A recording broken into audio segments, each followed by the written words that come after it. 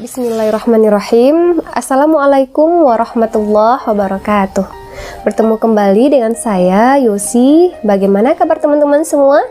Semoga Allah selalu memberikan kesehatan dan kebaikan kepada kita bersama. Nah, teman-teman, kita harus mengetahui bahwa membaca Al-Quran itu merupakan salah satu ibadah yang memiliki berlipat ganda pahala yang diberikan oleh Allah Subhanahu wa Ta'ala kepada kita bagi kita yang membacanya. Nah, bayangkan satu huruf ayat Al-Quran yang kita baca, kita bakal mendapatkan pahala 10 kebaikan.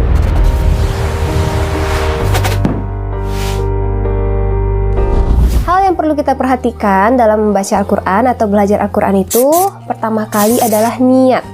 Apakah kita benar-benar ingin belajar? Apakah sekedar ikut-ikutan atau bagaimana gitu.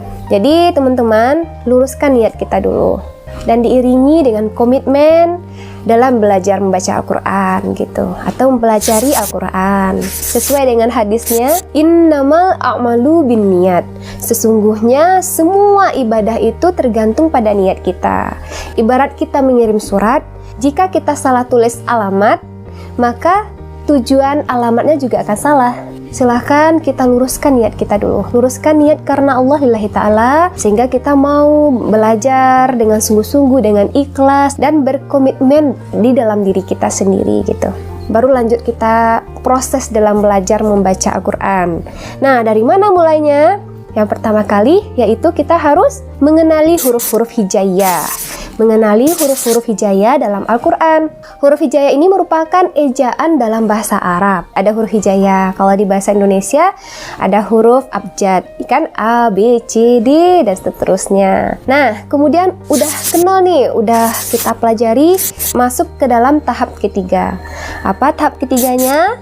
Yaitu kita harus mengenal tanda baca atau harokat. Kalau bisa, teman-teman ada guru yang mengajari, sehingga nanti mudah untuk dikoreksi, sehingga kita mudah untuk dipelajari. Tapi bagaimana Kak kalau seandainya gurunya nggak ada gitu kan, atau kita udah terlanjur dewasa jadi agak segan-segan untuk belajar gitu kan? Ya udah, kan banyak media-media yang menyediakan untuk belajar Al-Quran, banyak sekali.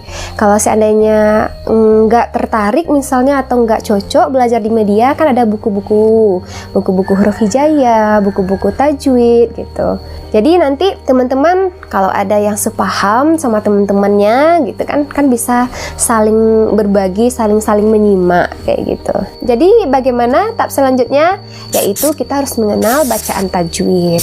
Bacaan tajwid itu ada yang izhar dibaca jelas, idgham dibaca dengung gitu kan, ikhfa dibaca samar gitu, dan banyak ilmu-ilmu tajwid lainnya. Nah, nanti kan banyak tuh buku tajwid juga ada, kemudian di media yang menyediakan konten-konten belajar Al-Quran juga ada. Silahkan teman pelajari, dari guru juga bisa kayak gitu. Caranya didengar, kemudian dicobakan, diperhatikan gitu. Nanti untuk belajar khusus tentang tajwid akan kita sharing lagi di video selanjutnya, insya Allah. Tahap berikutnya ada pada diri kita, yaitu latihan dan praktek. Latihan dengan konsisten, praktikkan sendiri, praktekkan setelah mendapatkan ilmu. Kalau seandainya kita belajar dengan guru, latihan dengan rajin. Kalau dengan guru pasti dikoreksi kalau salah. Kalau udah ada kesungguhan hati, insya Allah akan bantu kita. Kalau nggak ada guru untuk mengkoreksi, kan ada teman, ada saudara gitu. Pelajari, kemudian kita baca, kemudian kita dengar ayat yang sama, kan kita bisa koreksi itu dari bacaan orang yang lebih mahir daripada kita gitu. Kita sama-sama belajar. Kemudian apalagi Kak? Kita udah praktek nih Kak. Nah, tahap selanjutnya apa? Dalami ilmu iramanya lagi. Bagi teman-teman yang juga belum lancar mengajinya juga nggak apa-apa. Kan ada guru ya yang mengajari kita dari ta'awuz, basmalah, langsung huruf hijaiyah. Yang bacaannya udah panjang, itu akan membantu kita. Kita udah terbiasa mendengar iramanya gitu kan. Coba dipelajari iramanya agar bacaan kita terasa indah kita baca. Kita juga merasakan zuknya gitu. Kita juga merasakan rasa dalam bacaan kita gitu. sehingga kita lebih semangat lagi kan gitu. Jadi silahkan teman-teman, nanti kan banyak konten-konten yang menyediakan irama-irama seperti kita belajar sebelumnya juga ada, kan ada juga tuh konten-konten yang lain, mungkin ada yang lebih bagus gitu kan, mungkin ada yang lebih cocok untuk teman-teman dalam belajar irama atau membaca Al-Quran gitu. Tahap terakhir adalah sabar. Jadi itulah tahap-tahap kita, bagaimana tips atau langkah kita agar kita dapat belajar membaca Al-Quran itu dengan benar, tepat, dan cepat bagi pemula ya. Baik teman-teman, itulah yang bisa Kak Oci sharing. Itu juga merupakan salah satu pengalaman Kak Oci. Mudah-mudahan bermanfaat bagi teman-teman, dan teman-teman tetap istiqomah, tetap semangat dalam belajar membaca Al-Quran, baik itu dari awal maupun udah lanjut ya, atau iramanya. Jadi bagi teman-teman mana tahu nih ada tambah-tambahannya gitu, silahkan aja ditulis di kolom komentar, mana tahu juga bermanfaat bagi teman-teman kita yang lain ya. Baik teman-teman, sampai di sini dulu belajar kita gitu, berbagi ilmu kita. Kak Oci mohon maaf jika ada kesalahan dan kekurangan.